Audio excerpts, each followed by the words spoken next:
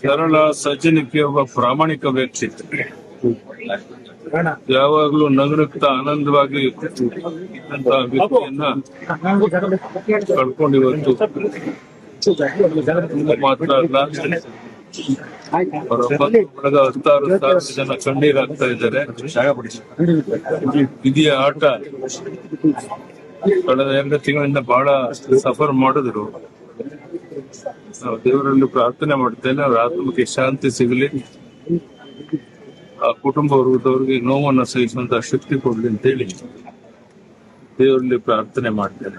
ಯಾರು ನಿರೀಕ್ಷೆ ಮಾಡಿರ್ಲಿಲ್ಲ ಇಷ್ಟು ಬೇಗ ವಿ.ಸಿ. ನಾಗೇಶ್ ಅವ್ರನ್ನ ನಾವು ಕಳ್ಕೊಂತೇವೆ, ಅವ್ರ ಕುಟುಂಬ ಇಂಥ ಸಂಕಟ ಸಿಕ್ಕೊಡುತ್ತೆ ಅಂತ ನಿರೀಕ್ಷೆ ಮಾಡಿರ್ಲಿಲ್ಲ. ಎಲ್ಲ ಭಗವಂತನ ಇಚ್ಛೆ. ನೋವನ್ನು ಸಹಿಸುವಂತ ಶಕ್ತಿ ಭಗವಂತ ಬಂಧುಗಳು ಕೊಡ್ಲಿ ಅಂತ ಹೇಳಿ ದೇವರಲ್ಲಿ ಮತ್ತೊಮ್ಮೆ ಪ್ರಾರ್ಥನೆ. ಶಿಕ್ಷಣ ಸಚಿವರಾಗಿ ಕೊಟ್ಟಂತ ಕೊಡುಗೆ ಶಿಕ್ಷಣ ಕ್ಷೇತ್ರಕ್ಕೆ ಅಪಾರಣ. ಶಿಕ್ಷಣ ಕ್ಷೇತ್ರಕ್ಕೆ ಅವರು ಕೊಟ್ಟಂತ ಕೊಡುಗೆ ಅಂತ ಬಹಳಷ್ಟು ದೊಡ್ಡ ಪ್ರಮಾಣದಲ್ಲಿ ಕೆಲಸ ಮಾಡಿದ್ರು. ಸಚಿವರಾಗಿದ್ದಾಗ ಆ ಕ್ಷೇತ್ರಕ್ಕೆ ಅವ್ರದೇ ಅಂತ ಕೆಲಸವನ್ನ ಮಾಡೋದು ಇವತ್ತು ಸಹ ಜನ ನೆನಪಿನಲ್ಲಿ ಶಿಕ್ಷಣ ಕ್ಷೇತ್ರದಲ್ಲಿ ಅಗಾಧವಾದಂತ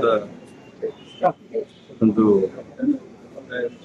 ಆಸಕ್ತಿ ಇತ್ತು. ಮತ್ತೆ ಅದರಂತೆಯೇ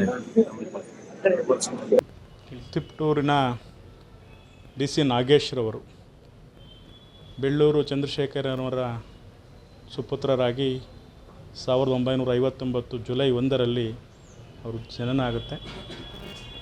ಅವರು ವಿದ್ಯಾಭ್ಯಾಸವನ್ನು ತಿಪಟೂರಿನಲ್ಲಿ ಮುಗಿಸಿ BE ಶಿಕ್ಷಣವನ್ನು ಬೆಂಗಳೂರಿನ ಪ್ರತಿಷ್ಠಿತ ಕಾಲೇಜಿನಲ್ಲಿ ಮಾಡಿ ಅಭ್ಯಾಸವನ್ನು ಮಾಡ್ತಾರೆ. ಅವರ ವಿದ್ಯಾರ್ಥಿ ಜೀವನದಲ್ಲಿ RSSನ ಸಂಪರ್ಕವನ್ನು ತಗೊಳ್ತಾರೆ. ಅಖಿಲ ಭಾರತೀಯ ವಿದ್ಯಾರ್ಥಿ ಪರಿಷತ್ನ ಪೂರ್ಣಾವಧಿ ಕಾರ್ಯಕರ್ತರಾಗಿ ಅವರು ಈ ತಿಪಟೂರಿನ ಮಾಜಿ ಶಾಸಕರ PS ಚಂದ್ರಶೇಖರನವರ ಮಗನಾದರೂ ಸಹ 4 ವರ್ಷಗಳ ಕಾಲ ಪೂರ್ಣಾವಧಿ ಕಾರ್ಯಕರ್ತರಾಗಿ ವಿದ್ಯಾರ್ಥಿ ಪರಿಷತ್ನಲ್ಲಿ ಕೆಲಸ ಮಾಡ್ತಾರೆ.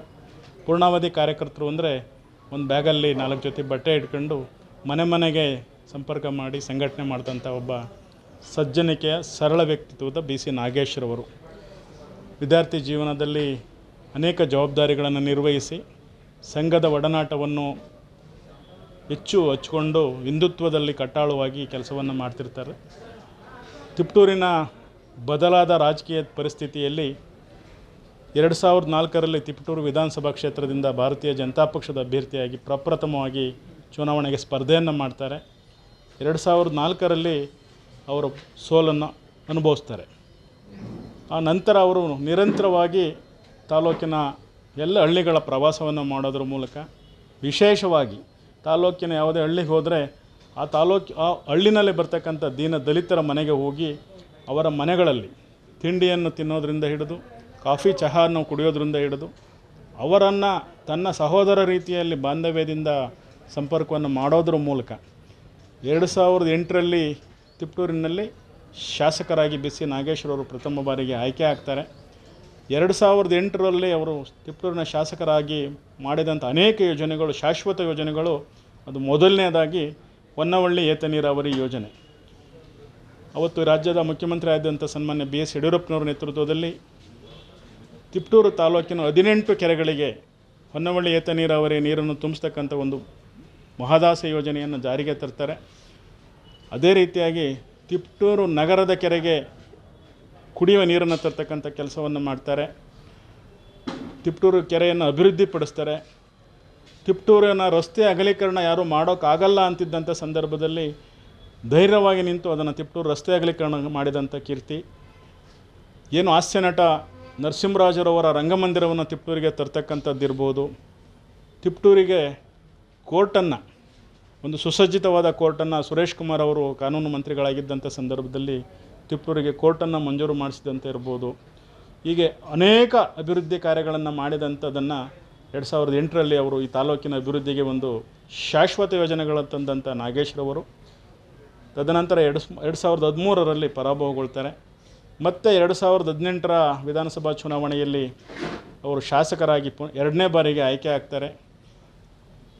ನಂತರ ಬಸವರಾಜ ಬೊಮ್ಮಾಯಿಯವರ ಮುಖ್ಯಮಂತ್ರಿಯಾದಂಥ ಸಂದರ್ಭದಲ್ಲಿ ಕರ್ನಾಟಕ ರಾಜ್ಯದ ಪ್ರಾಥಮಿಕ ಮತ್ತು ಪ್ರೌಢ ಶಿಕ್ಷಣ ಸಚಿವರಾಗಿ ಇಡೀ ರಾಜ್ಯಕ್ಕೆ ಒಂದು ಮಾದರಿ ಶಿಕ್ಷಣ ನೀತಿಯನ್ನು ತರೋದ್ರ ಮೂಲಕ ಏನು ರಾಷ್ಟ್ರದಲ್ಲಿ ತಂದಂಥ NIAಯನ್ನು ಕರ್ನಾಟಕದಲ್ಲಿ ಜಾರಿಗೊಳಿಸೋದ್ರ ಮೂಲಕ ರಾಷ್ಟ್ರಕ್ಕೆ ಕರ್ನಾಟಕ ರಾಜ್ಯಕ್ಕೆ ಕೀರ್ತಿಯನ್ನು ತಂದಂಥ ಒಬ್ಬ ಮಹಾನ್ ನಾಯಕ ಸನ್ಮಾನ್ಯ BC ನಾಗೇಶ್ರವರು.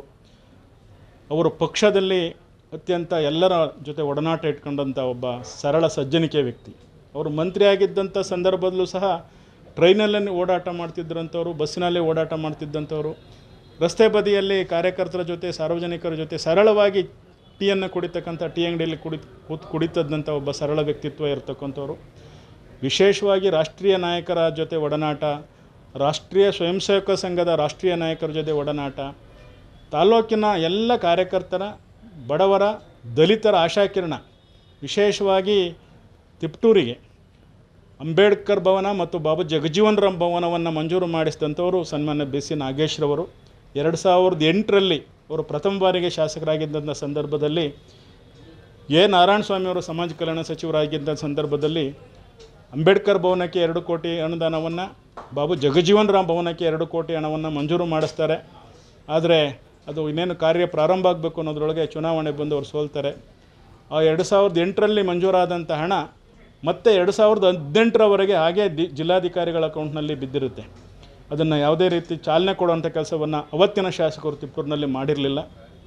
2018ರಲ್ಲಿ ಮತ್ತೆ BC ನಾಗೇಶ್ವರ ಶಾಸಕರಾದ ನಂತರ ಕೇಂದ್ರದ ಸಚಿವರಾಗಿ, ಸಮಾಜ ಕಲ್ಯಾಣ ಸಚಿವರಾಗಿ ಸನ್ಮಾನ್ಯ ನಾರಾಯಣಸ್ವಾಮಿ ಅವರು ಇದ್ದಂಥ ಸಂದರ್ಭದಲ್ಲಿ 2 ಕೋಟಿಗೆ ಇವತ್ತು ಸಾಕಾಗೋದಿಲ್ಲ, ಎಲ್ಲ ರೈಟ್ಗಳು ಜಾಸ್ತಿ ಆಗಿದೆ ಅಂತ ಹೇಳಿ 2 ಕೋಟಿ ಇದ್ದಂಥ ಅನುದಾನವನ್ನು ಮತ್ತೆ 3 ಕೋಟಿಗೆ ಹೆಚ್ಚಳವನ್ನು ಮಾಡಿಸಿ ಒಂದು ತಿಪ್ಟೂರಿಗೆ ಒಂದು ಸುಸಜ್ಜಿತವಾದಂಥ ಬಾಬಾ ಸಾಹೇಬ್ ಅಂಬೇಡ್ಕರ್ ಭವನ, ಮತ್ತೊಂದು ಬಾಬು ಜಗಜೀವನ್ ರಾಮ್ ಭವನವನ್ನು ಶಂಕುಸ್ಥಾಪನೆ ಮಾಡೋದ್ರ ಮೂಲಕ ದಲಿತ ಸಮುದಾಯಕ್ಕೆ ಅತ್ಯಂತ ಮಹತ್ತರವಾದಂಥ ಒಂದು ಕೊಡುಗೆಯನ್ನು ಕೊಟ್ಟಂಥವರು BC ನಾಗೇಶ್ರವರು.